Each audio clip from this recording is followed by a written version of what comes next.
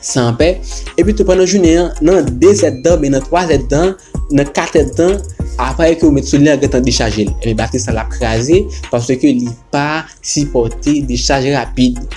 OK? Alors c'est ça qui gagne dans batterie gel là, c'est que faut que adapter en fonction du matériel que vous allez sur lien de façon que pour ne pas caser batterie parce que c'est batterie qui vraiment sensible dans charge et dans décharge.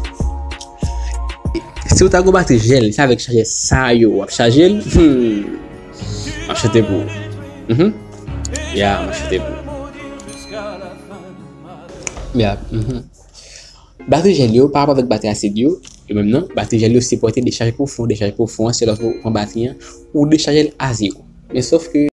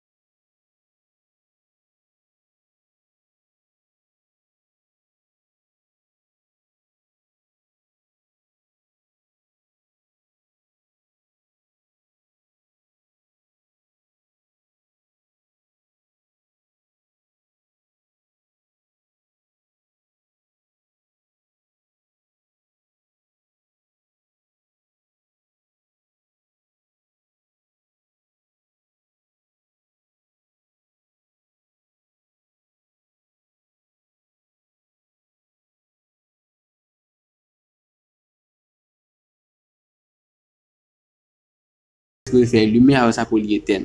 OK? Là, il fait 2 heures, ça veut dire que l'autre là a off après 2 heures de temps. Et avec réglage, on peut même régler qui type de batterie. Est-ce que c'est un B3, batterie acide? Est-ce que c'est un B1, lithium? Est-ce que c'est un B2, colloïdal? OK? Alors, chaque batterie, ça a fait quel type de batterie? B1, B2, B3. Alors, B3, c'est batterie acide. Donc, pour que la batterie a rechargé, puis bien toujours. Alors, une deuxième question, c'est que